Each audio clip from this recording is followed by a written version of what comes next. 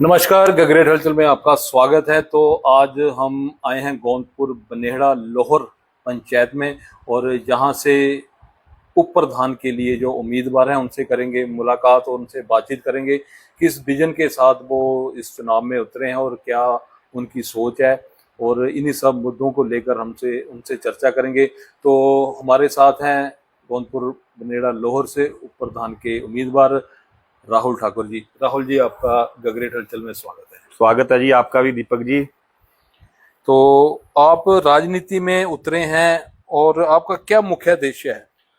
मैं राजनीति में नहीं उतरा हूं, मैं सिर्फ अपने गांव की सेवा करने के लिए उतरा हूं और मेरे बुजुर्ग माता और मेरे युवा साथियों ने मुझे इस मैदान में उतारा है।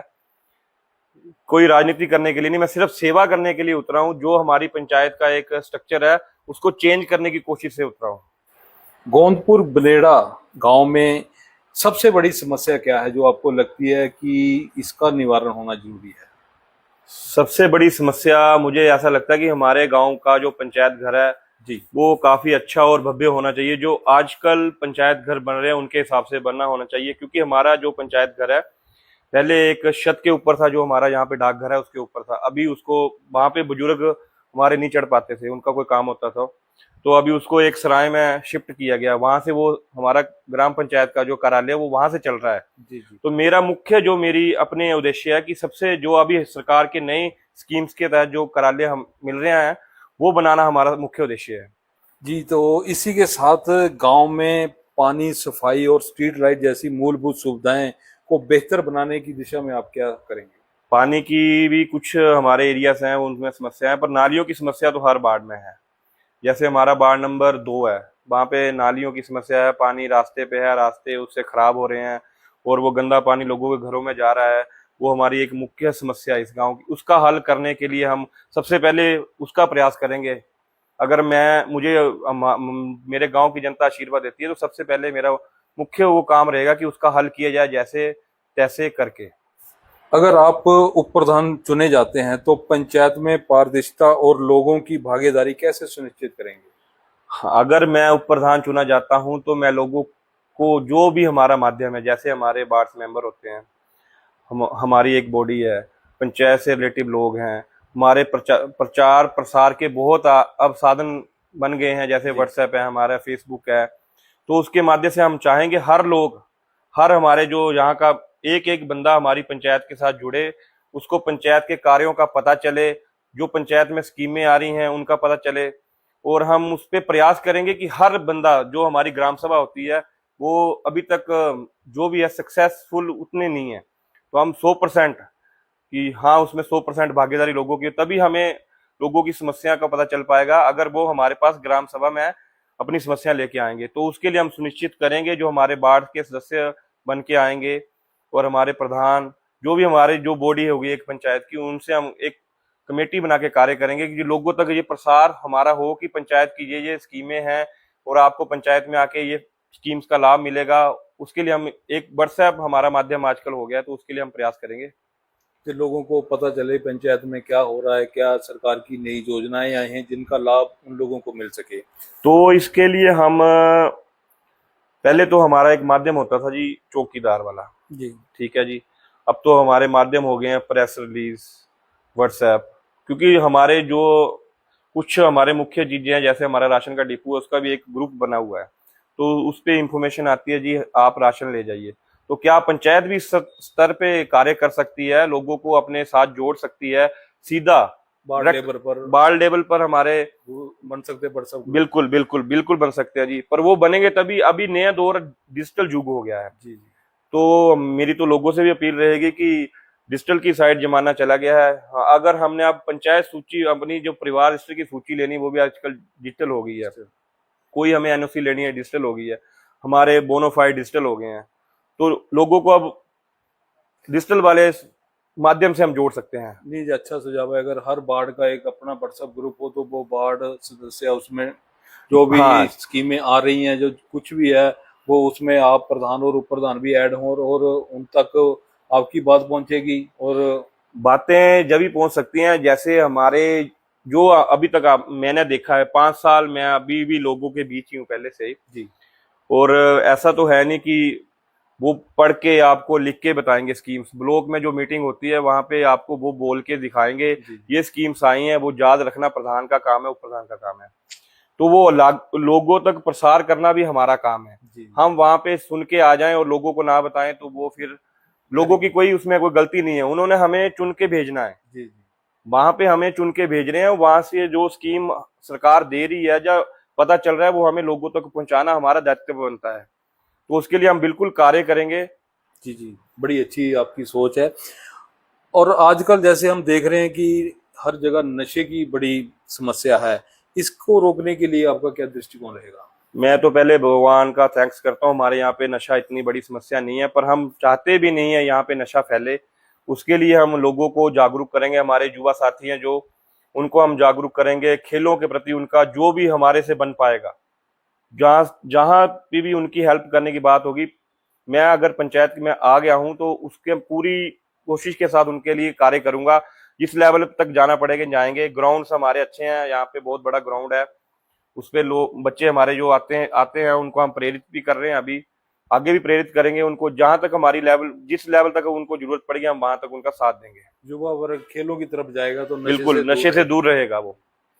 तो गांव में हमने देखा है कई जगह रास्ते बड़े खराब होते हैं और नालियां टूटी होती हैं, उनके लिए क्या आपकी योजनाएं रहेंगी? रास्तों की बात ऐसे, रास्ते हमारे गांव में 4 नंबर वार्ड का रास्ता भी अभी टूटा हुआ है जी। वार्ड नंबर 6 है, वहां पे नया रास्ता बनना है। वार्ड नंबर 7 हमारा हरवाल है, वहां पे रास्ते के लिए जमीन ही उपलब्ध नहीं है। पिछले 5 साल उनको ये बोला गया ये आपका रास्ता डाल दिया गया है। क्यों? क्योंकि उनको कोई प्रोसेस ही नहीं बोला गया आगे कि कैसे ये रास्ता बनना है, कैसे ये रास्ता जमीन रास्ते के लिए कटनी है, उनको कुछ नहीं बताया गया। तो हम ये लोगों को पहले इस बारे में जागरूक करेंगे जी आपका काम ऐसे होगा, आपकी जमीन ऐसे सरकार से उपलब्ध होगी, आपको ये फॉर्मेलिटीज करनी पड़ेगी, हम उनका इस तरह साथ देंगे। और जो हमारा वार्ड नंबर 1-5 है, वहां पे भी रास्ते की समस्या है जी। वो मैंने खुद वहां जाके देखा है, तो उसके लिए भी हम कार्य करेंगे। जो वित्तीय योग से होगा, मनरेगा से होगा। और सबसे बड़ी बात, हमारे जो गांव के मनरेगा की जो रेशो है बड़ी कम है जी। तो हम मनरेगा में लोग जुड़े हैं पर कम जुड़े हैं, हम उनको भी ज्यादा से ज्यादा जोड़ेंगे। मनरेगा में जो स्कीम आती है वो लोगों तक नहीं पहुंची है, उनको सिर्फ यहाँ तक पता है कि आपने मनरेगा में आना है और काम करना है और चले जाना है। जो मनरेगा के तहत उनको जो स्कीम्स मिलनी वेलफेयर से मिलती हैं, कोई और डिपार्टमेंट से मिलती है, उनको नहीं, अभी तक आज तक किसी ने बताया नहीं। मेरी उन लोगों से भी बात हुई है, तो हम उनको भी बताएंगे कि आप मनरेगा में कार्य कर रहे हैं तो आपको ये स्कीम्स हम उपलब्ध करवा रहे हैं, ये सरकार आपको उपलब्ध करा रही है, आप इसमें अप्लाई करिए। आप लोगों को बेनिफिट होना चाहिए। बिल्कुल बिल्कुल, पंचायत में आने का मकसद यही है, लोगों को बेनिफिट हो, लोगों को बेनिफिट, क्योंकि ये एक सेवा का कार्य है। बिल्कुल। और बाकी मेरे घर का तो रास्ता, अभी मैं तो मेन रोड पे रहता हूँ, मेरे तो ऐसा कुछ है नहीं कि मैं अपने रास्ते बनाऊंगा, अपने डंगे लगाऊंगा, ऐसा मेरा कोई है नहीं। मैं तो पहले से ही सेवा कर रहा हूँ और सेवा भाव से मैं इस इलेक्शन में उतरा हूँ। तो कितने वार्ड है आपके गाँव में? मेरे गाँव में 7 वार्ड है जी।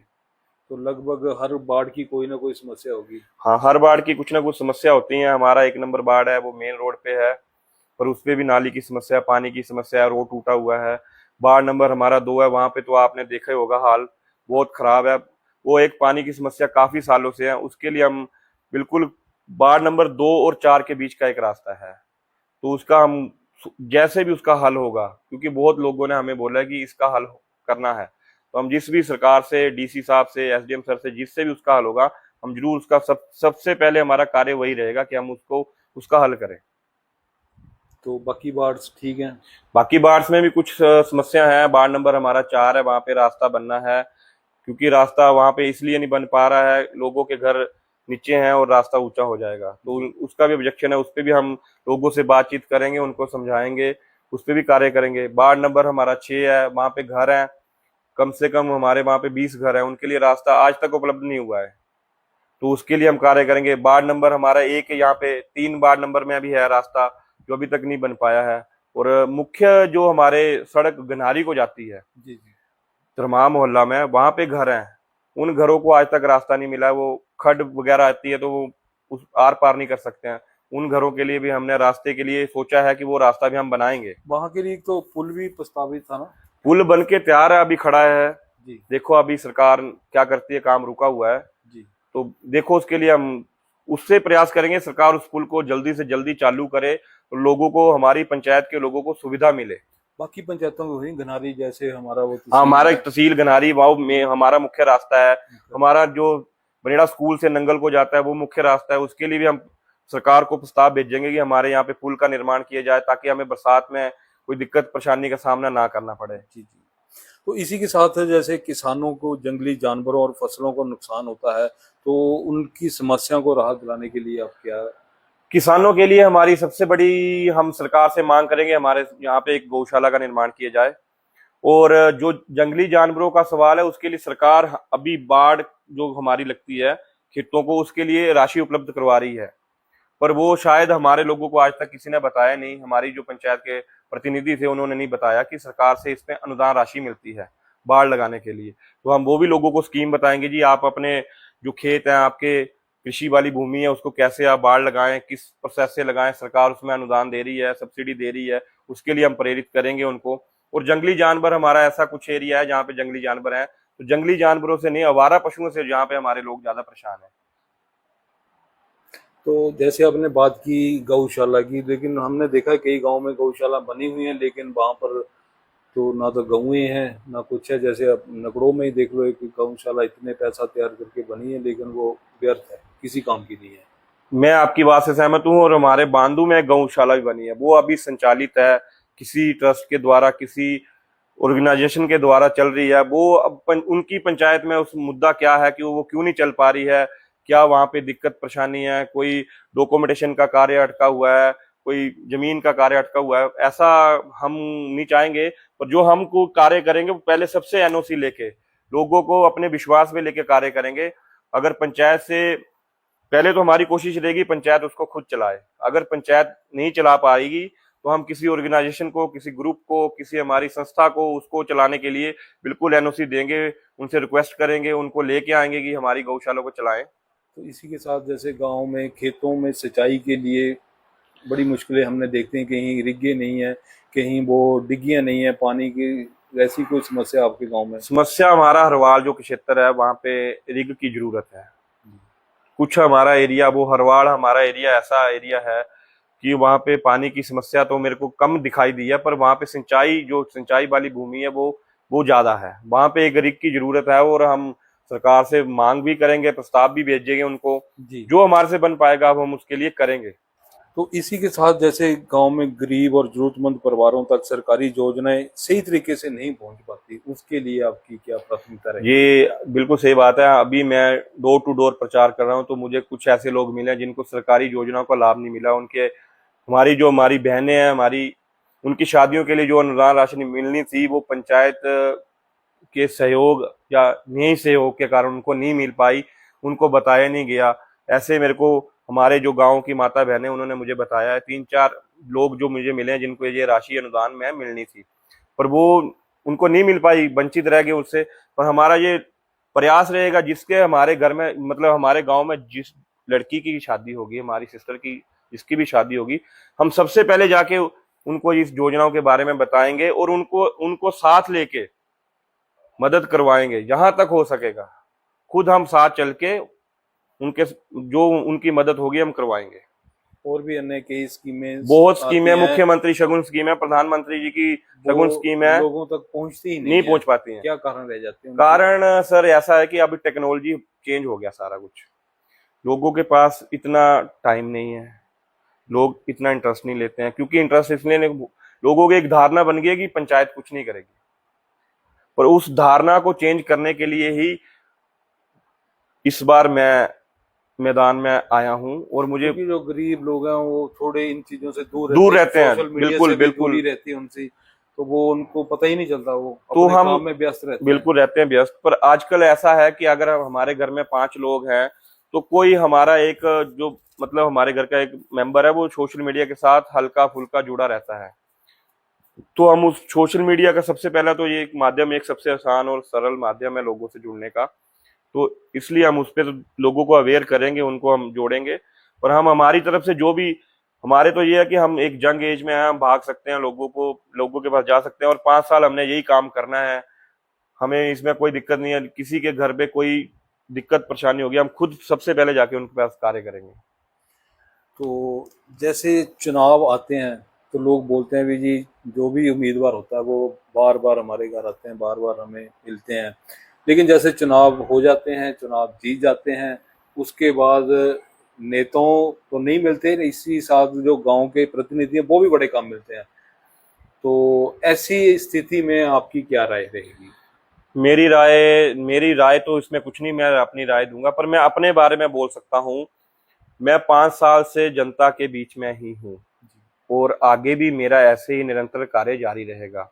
और मैं तो लोगों को, अब मेरी अपनी एक प्रोमिस है लोगों से, लोग मेरे पास ना आए, मुझे फोन करके अपने घर बुलाएं। वैसे तो आप बिल्कुल मेन रोड पर हाँ, बैठे मेरा हैं घर और बिल्कुल मेन रोड किसी पे को है। जब भी कोई बाजार आता है, कोई भी बिल्कुल समस्या आपसे वो मिल मिल सकता सकता है है जी। ना, आपसे बात कर सकता मेरा है। तो घर बिल्कुल मेन रोड पे है, मेन रोड बस पे स्टैंड के पास है, बैंक मेरे घर के पास है, पंचायत घर मेरे घर के पास है। मतलब हर जो जरूरी दफ्तर है मेरे घर के पास है। तो मेरे को तो जैसे मर्जी रात को आप 12 बजे भी आवाज मारेंगे, मैं तब भी हाजिर हूँ। और मेरा फोन नंबर, मैं तो ये चाह रहा हूँ कि हर बंदे के पास हो। वो मुझे, ऐसा नहीं मैं चाहता हूँ कि वो मेरे पास आए। मेरी एक सोच है, मेरी एक धारणा है, जैसे हम लोगों के पास अभी वोटें मांगने के लिए जा रहे हैं या समर्थन जुटाने के लिए जा रहे हैं, लोग मुझे फोन करें बस, हमारा जी ये काम है, और मैं तुरंत उनके पास पहुंचूं। क्योंकि कुछ काम होते हैं हम पंचायत द्वारा करते हैं और कुछ हमें विभागों के पास जाना पड़ता है, ऊना तक भी जाना पड़ता है, और इन्हीं बातों को लेकर लोगों के काम रुक जाते हैं। प्रधान उप प्रधान उनको नहीं कर पाते या सिरदर्दी नहीं ले पाते। तो ये सब बातें आपको कैसे हैंडल करेंगे इन सब बातों मैं ये लोगों को विश्वास दिलाना चाहता हूँ कि जो आप दायित्व मुझे सौंपेंगे, चाहे वो ऊना जाने की बात रही, चाहे वो गगरेट बीडीओ दफ्तर जाने की बात रही, चाहे एसडीएम दफ्तर गगरेट जाने की बात रही। को? तो काम ही कुछ ऐसे होते हैं वो पंचायत स्तर पर नहीं हो पाते, आपको ऊपर तक जाना ही पड़ता है। वो हम जाएंगे जी। हमें अगर दिन का मतलब अगर 30 दिन में है, हमें 15 दिन भी जाना पड़ेगा, हम तब भी जाएंगे। और अगर हमें किसी के साथ लेके ऊना लेके जाना है तो हम खुद उसको अपने साथ लेके जाएंगे, ना कि उसके साथ हम जाएंगे। और गगरेट तक हमारा जो काम होगा, कार्य होगा, वो तो हमने अपनी, मेरी जो सोच है कि वो डे बाय डे, एक दिन में अगर हमारा कार्य कोई एक दिन में होने वाला है तो हम उसी दिन उस कार्य को करेंगे।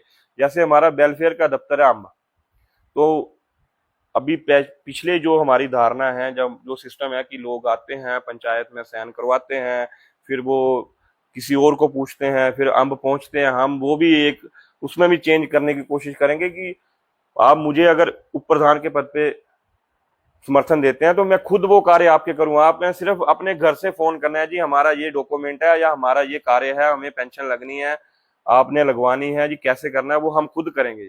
हमें हमारा सबसे सरल और माध्यम होगा फोन। आपने हमने फोन किया, हम आपके पास आए, हम आपको बताएंगे, फार्म भी हम खुद लेके आएंगे। बड़ी अच्छी सोच है जी, ये इसी तरह के प्रधान हर गांव में होने चाहिए। और युवा हैं और नई सोच के साथ आपके साथ आए हैं। और जाते जाते आप अपने गांव वासियों को और गगरेट की जनता के लिए क्या संदेश देना चाहेंगे? चुनाव तो आते रहेंगे, जाते रहेंगे, बिल्कुल ठीक नहीं? बिल्कुल। जो एक आपसी भाईचारा हम खराब कर लेते हैं वो खराब नहीं होना नहीं, चाहिए। भाईचारा खराब नहीं होना चाहिए, जी क्योंकि हमारा ये चुनाव 26 तक है। हमारे जो गांव की वोटिंग पड़नी है 26 को, हम लोग 26 से पहले भी यहीं हैं, 26 के बाद भी यहीं जी रहना है। तो ये तो एक प्रक्रिया है, जी 1 महीने की है, उसके बाद ये खत्म हो जाएगी। हमने इसी समाज में रहना है जी और सामाजिक कार्यों के साथ जुड़े रहना है, तो सारे लोग उनसे जुड़े हैं। हमारे कोई रिश्तेदार भी हैं, रिलेटिव भी हैं, मतलब क्लोज भी होते हैं। जो इलेक्शन ऐसे होते हैं जिनमें क्लोज लोग भी होते हैं। जी जी तो हमारा सौंदर्य वैसे बना रहना चाहिए। बिल्कुल बिल्कुल। ये एक प्रक्रिया है चुनावी। देखो इसको हर कोई अपनी कोशिश कर रहा है, जो बिल्कुल, जो मतदाता है वो उनको पता क्योंकि होता वो है। अधिकार सबको है जी, हाँ, उनको पता होता है पता भी होता कौन है। अच्छा है कौन बुरा है। वो अपनी मर्जी से मत डालता है। आज वो बात तो है नहीं कि जी वो मेरे 20 बंदे मेरे, वो 10 बंदे मेरे, कोई किसी का नहीं है। नहीं है, नहीं है। हर घर में हर बंदा जागरूक है। मैं लोगों से, मेरी जो अपने यहाँ के गांव की मेरे माताएं, बहनें, बड़े बुजुर्ग, मेरे युवा साथी, उनसे यही अपील करना चाहता हूँ कि आपने अभी 15 दिन का टाइम है आपके पास, आपने सोच समझ के युवा जोश के साथ समर्थन देना है। क्योंकि बाद में 5 साल आप ये बोलेंगे जी इस पंचायत ने कुछ नहीं किया, तो उससे अभी आप सोच समझ के वोट डालें, मेरी ये रिक्वेस्ट है।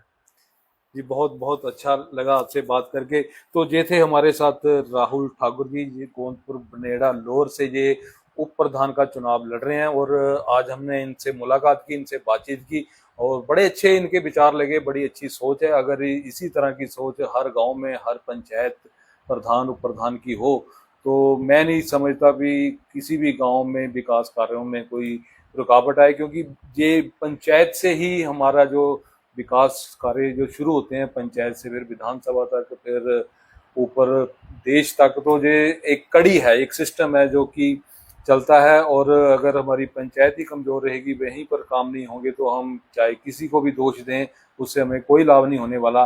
तो बाद में पछताने से अच्छा है कि इस बार ही अच्छे और समझदार जो कि आपके हर गांव में खड़े होंगे, प्रधान उप प्रधान, वार्ड पंच, बीडीसी, जिला परिषद, आप उन्हें वोट करिए और एक अच्छी पंचायत बने आपके गांव की, और आपके गांव के विकास कार्य हों। तो राहुल जी, आपका बहुत बहुत धन्यवाद सर, आपने आपका भी। अपने बिजी शेड्यूल से समय दिया, क्योंकि इस वक्त चुनाव की एक प्रक्रिया चली हुई है, डोर टू डोर सबसे मिलना पड़ता है, और हमने इनसे समय लिया।